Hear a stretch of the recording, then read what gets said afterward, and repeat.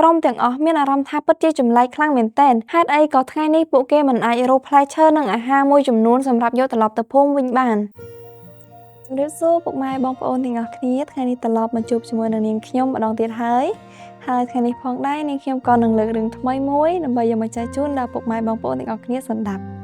តោះចូលរួមស្ដាប់ជាមួយនឹងនាងខ្ញុំសាច់រឿងរបស់យើងនៅក្នុងថ្ងៃនេះក៏និយាយតាក់ទងជាមួយនឹងភូមិដ៏តូចមួយដែលរស់នៅក្បែរជើងភ្នំអ្នកទាំងអស់គ្នាសាកស្រមៃមើលថាភូមិមួយនេះមានសភាពបែបណាទៅបើសិនជាពួកគេរស់នៅក្បែរជើងភ្នំដែលដាច់ស្រយាលពីទីក្រុងហើយឈ្មោះរបស់ភូមិនេះផងដែរក៏មានឈ្មោះថាភូមិទន្លេគ្រាន់តែស្ដាប់ឈ្មោះភូមិក៏មានអារម្មណ៍ថាត្រជាក់ចិត្តដែរមែនអត់ចាប្រកាសណាស់គឺភូមិនេះពោរពេញទៅដោយភាពសុខសាន្តហើយនិងភាពសាមគ្គីគ្នាអ្នកភូមិទាំងអស់សុទ្ធតែចេះជួយគ្នាទៅវិញទៅមកហើយនឹងពោរពេញទៅដោយសេចក្តីស្រឡាញ់ហើយរឿងដែលពិសេសបំផុតនោះគឺយុវជនដែលរស់នៅក្នុងភូមិមួយនេះគឺពួកគេទាំងអស់គ្នាមិនថាប្រុសមិនថាស្រីនោះទេពួកគេតែងតែធ្វើការងារជាក្រុមហើយនឹងមានការសាមគ្គីជាខ្លាំងពួកគេទាំងអស់គ្នាសុទ្ធតែស្រឡាញ់គ្នាទៅវិញទៅមកមិនមានការរើសអើងមិនមានការមើលងាយគ្នាទៅវិញទៅមកនោះទេបើគិតទៅពិតជាល្អខ្លាំងមែនតើបើសិនជាយើងទាំងអស់គ្នាបានទៅរស់នៅក្នុងភូមិមួយនេះមើលទៅភូមិនេះពោរពេញទៅដោយភាពសប្បាយរីករាយប៉ុន្តែនៅក្នុងភាពសប្បាយរីករាយទាំងអស់នោះក៏មានបញ្ហាតូចៗដែលតែងតែកើតឡើងនៅក្នុងភូមិដូចគ្នាបញ្ហាតូចៗដែលមាននៅក្នុងភូមិមួយនេះគឺមានយុវជនមួយចំនួនតូចដែលពួកគេតែងតែមិនចុះសម្រុងគ្នា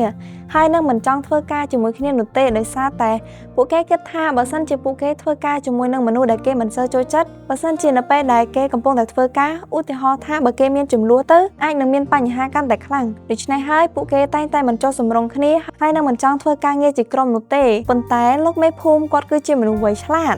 លោកមេភូមិគាត់ពិតជាឆ្លាតខ្លាំងមែនទែនដោយសារតែគាត់អាចដោះស្រាយរាល់បញ្ហារបស់យុវជនទាំងអស់ដែលមានបញ្ហាមិនថាបញ្ហាតូចឬបញ្ហាធំមិនថាបញ្ហានោះទាស់ទែងដោយសារតែពាក្យសម្ដីឬក៏ទង្វើនិងកាយវិការរបស់ពួកគេនោះទេលោកមេភូមិគាត់តែងតែព្យាយាមដោះស្រាយហើយនឹងផ្ដល់មតិយោបល់ហើយនឹងការលើកទឹកចិត្តល្អៗទៅដល់យុវជន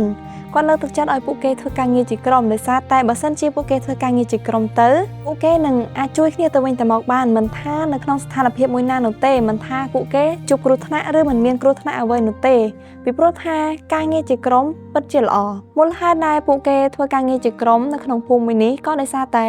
ភូមិមួយនេះមិនអាចរកអាហារញ៉ាំបាននៅជើងភ្នំនោះទេគឺពួកគេទាំងអស់គ្នាត្រូវការឡើងទៅលើភ្នំដើម្បីរកអាហារនិងរកផ្លែឈើមួយចំនួនដូច្នេះហើយតើលោកមេភូមិគាត់បានសម្រេចចិត្តថាគាត់នឹងឲ្យយុវជនទាំងអស់ធ្វើការងារជាក្រុមនៅថ្ងៃមួយមានយុវជន2នាក់បានឆ្លោះគ្នាម្នាក់ជាប្រុសហើយម្នាក់ទៀតជាស្រីយុវជននិងយុវតី2នាក់នេះគឺបានឆ្លោះគ្នាអស់រយៈពេលកន្លះម៉ោងមកហើយប៉ុន្តែគ្មានអ្នកណាម្នាក់ដែលអាចដោះស្រាយបញ្ហារបស់ពួកគេទាំង2នាក់បាននោះទេនៅពេលដែលពួកគេកំពុងតែឆ្លោះគ្នាលោកមេភូមិគាត់ក៏បានដើរមកដល់គាត់ក៏បានសួរថាហេតុអីក៏ពួកឯងឆ្លោះគ្នាបែបនេះហេតុអីក៏គ្មានការចុះសម្រុងគ្នាបែបនេះឯងគួរតែមើលទៅកាន់ក្រុមផ្សេងទៀតដែលពួកគេមានការចុះសម្រុងគ្នានិងធ្វើការជាមួយគ្នាយ៉ាងល្អ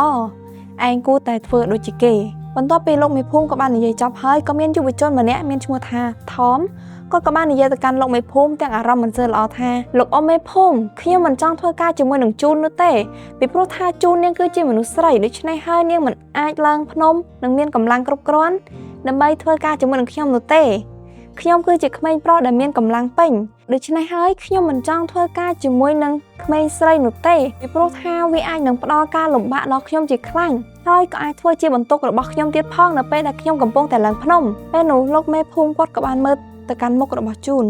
មើលទៅមុខរបស់ជូនបានបញ្ជាក់យ៉ាងច្បាស់ថានាងអន់ចិត្តជាមួយនឹងពាក្យសម្ដីរបស់ថមជាខ្លាំងនៅពេលដែលថមនិយាយថានាងគឺជាបន្ទុករបស់គេពេលនោះលោកមេភូមិគាត់ក៏បានសួរទៅកាន់ជូនថាជូនតើឯងចង់ធ្វើការជាមួយនឹងថមដែរឬទេនាងបានឆ្លើយថា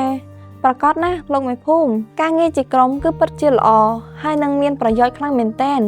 សម្រាប់ភូមិរបស់យើងប៉ុន្តែបើសិនជាថមគាត់មិនចង់ធ្វើការជាមួយនឹងខ្ញុំហើយខ្ញុំក៏មិនអាចបង្ខំគាត់បានដូចគ្នាជូននាងនិយាយតែប៉ុណ្ណេះហើយក៏ទម្លាក់ទឹកមុខចុះមើលទៅមុខរបស់នាងចាប់ផ្ដើមក្រហមហើយនាងដូចជាចង់យំអញ្ចឹងពេលនោះលោកមេភូមិគាត់ក៏បាននិយាយទៅកាន់ថមនៅពាក្យពេចន៍ជាច្រើនដែលពោរពេញទៅដោយការលើកទឹកចិត្តហើយនឹងការដាស់តឿនដល់គេ ពេលនោះថមគាត់ក៏បានសម្រេចចិត្តថាគាត់នឹងធ្វើការជាមួយនឹងជូនហើយនឹងធ្វើការឡើងភ្នំជាមួយគ្នានៅព្រឹកស្អែ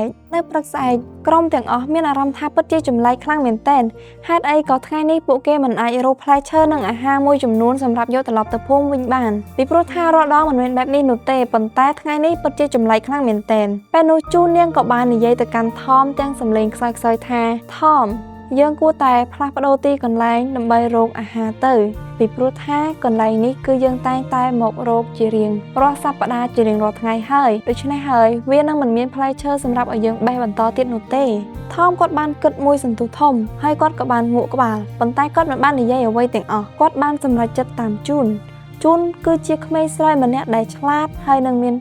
ភាពរហ័សរហួនខ្លាំងមែនទែនដោយសារតែការសហការគ្នាថមហើយនឹងជូនក៏បានរកឃើញផ្លែឈើមួយដែលមានរូបរាងចម្លែកខ្លាំងមែនទែនហើយពួកគេស្គាល់ផ្លែឈើនោះយ៉ាងច្បាស់ពីព្រោះថាផ្លែនោះគឺផ្លែជម្ពូពេលនោះថមហើយនឹងជូនគាត់ពិតជាមានអារម្មណ៍ថាសប្បាយចិត្តខ្លាំងមែនទែនហើយពួកគេទាំងពីរនាក់ក៏បានបេះផ្លែជម្ពូដាក់ក្នុងកន្ត្រកស្ពាយរបស់ពួកគេហើយក៏បាននាំគ្នាត្រឡប់ចុះទៅក្នុងភូមិវិញនៅពេលដែលពួកគេទាំងពីរនាក់ទៅដល់ភូមិលោកមេភូមិគាត់ពិតជាមានការអស្ចារ្យខ្លាំងមែនទែនពីព្រោះថាពួកគេទាំងពីរនាក់អាចរកផ្លែឈើហើយនឹង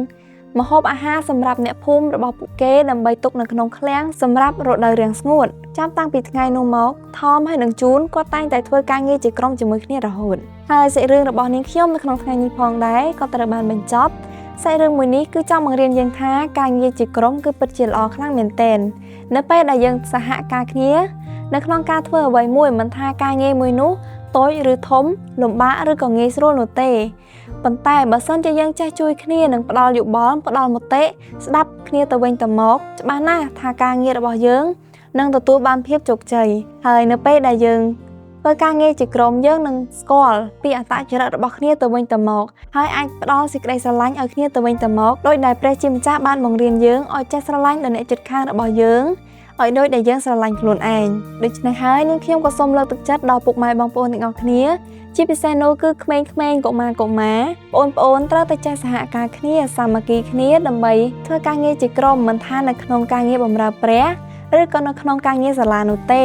ការងារអ្វីក៏ដោយឲ្យតែយើងធ្វើការងារនោះជាក្រុមច្បាស់ណាស់ថាលទ្ធផលនឹងល្អហើយយើងនឹងមានភាពជោគជ័យនៅក្នុងការសាមគ្គីរបស់យើងទាំងអស់គ្នាជាចុងក្រោយនាងខ្ញុំសូមអរគុណសូមព្រះប្រទានពរ